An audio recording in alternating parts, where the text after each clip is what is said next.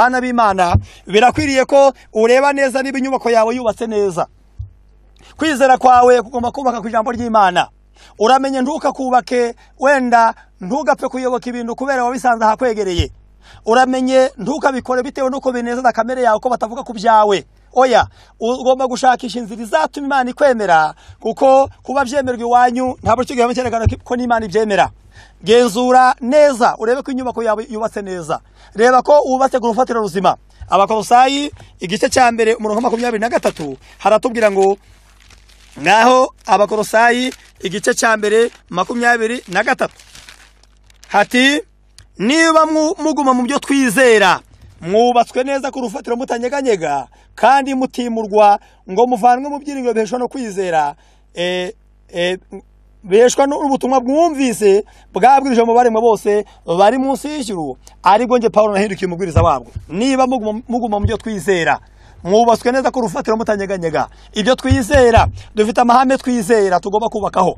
Itorero ry'Imana ry'ukuri rifite inshingano ikomeye ryatumwe ku isi, ryatumwe kumurikira abari mu mwijima, ryatumwe kubohora imbohe, ryatumwe kugoboka abamerewe nabi. Dore ibintu bigera mu 8 itorero ry'Imana ryashinzwe ku isi. Bwa mbere ni ukwerekana ubukristo buzima butari ukwishushanya bwo guhinduka ko mu mico. Ubukristo bugaragarira ahantu hakurikira: bugaragarira mu magambo, bugaragarira mu mirire, bugaragarira mu myambarire, bugaragarira mu nshuti, aho ahagaragara hose ku buryo abantu bakureba ibyo uvuga n'ibyo ukora bagasanga birasa. Ubwo bukristo buzima bugomba kongera kubakwa ngo abantu bareke kwishushanya, bahinduke ibyaremwe bishya, bahinduka umugisha. Icya kabiri ni ugushyira mu bikorwa ibyo bizera, ibya bindi bahamagarira abandi nabo bakemera kubiyoboka.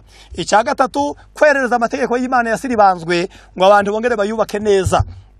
Icya kane ni ukugoboka abakene ndetse no kubatabara, gutabara abamerewe nabi, imfubyi, abapfakazi, abishwe n'inzara, abamerewe nabi ndetse n'abarwayi. Ndetse ngo icya gatanu ni ukuburira abanyabyaha ukabereka aho bagomba gukirira. Ntabwo ari ukubabwira ngo haleluya tuzajya mu ijuru gusa, ahubwo ni ukubereka ingaruka zo guca amategeko y'Imana n'ibyaha biriho rusange, ngo abantu bashobora bamenye guhungira ku Mana ariko bamaze kubona ko bakiriweho iteka n'ibyaha byabo. Icya gatanu nanone ngo ni icya gatandatu ni ukwerekana indwara n'ibizitera, no kwerekana ndetse n'umuryango mwiza, no kwerekana ubuhanuzi aho tugeze mu buhanuzi ngo abantu bashobore kwitegura. Rero ibyo byose itorero ry'Imana ryarabishinzwe. Birakwiriye ko umuntu wese amenya rero ko ibyo ugomba gushakisha inzira yatuma Imana ikwemera. Ngaho reba uko wubatse, niba wubatse ku rufatiro ruzima cyangwa se niba wubatse ku bihimbano byawe. Iryo torero rya mbere Yesu yasize rero ryari itorero rihuje, rifite umutima w'imbabazi no kwitanga. Iyo mico igomba kurigaragaramo, natwe tugomba kuriboneka, kandi Imana izarangiza umurimo wayo mu buryo butunguranye nuko abantu babitekerezaga. Imana ikeneye ko twemera tukayoboka amahame y'Imana. Ngaho reka nsoma aya magambo nsoma umurongo wa nyuma. Igitabo cy'ubutumwa bwatoranyije umugabane wa mbere, umugabane wa mbere ku rupapuro rwa 242 ikigisho cya 25. Nk'itorero tugomba guhagarara dushikamye ku rufatiro gukuri kwiteka ryose, kwabaye ingingo isuzuma kandi ikageragezwa.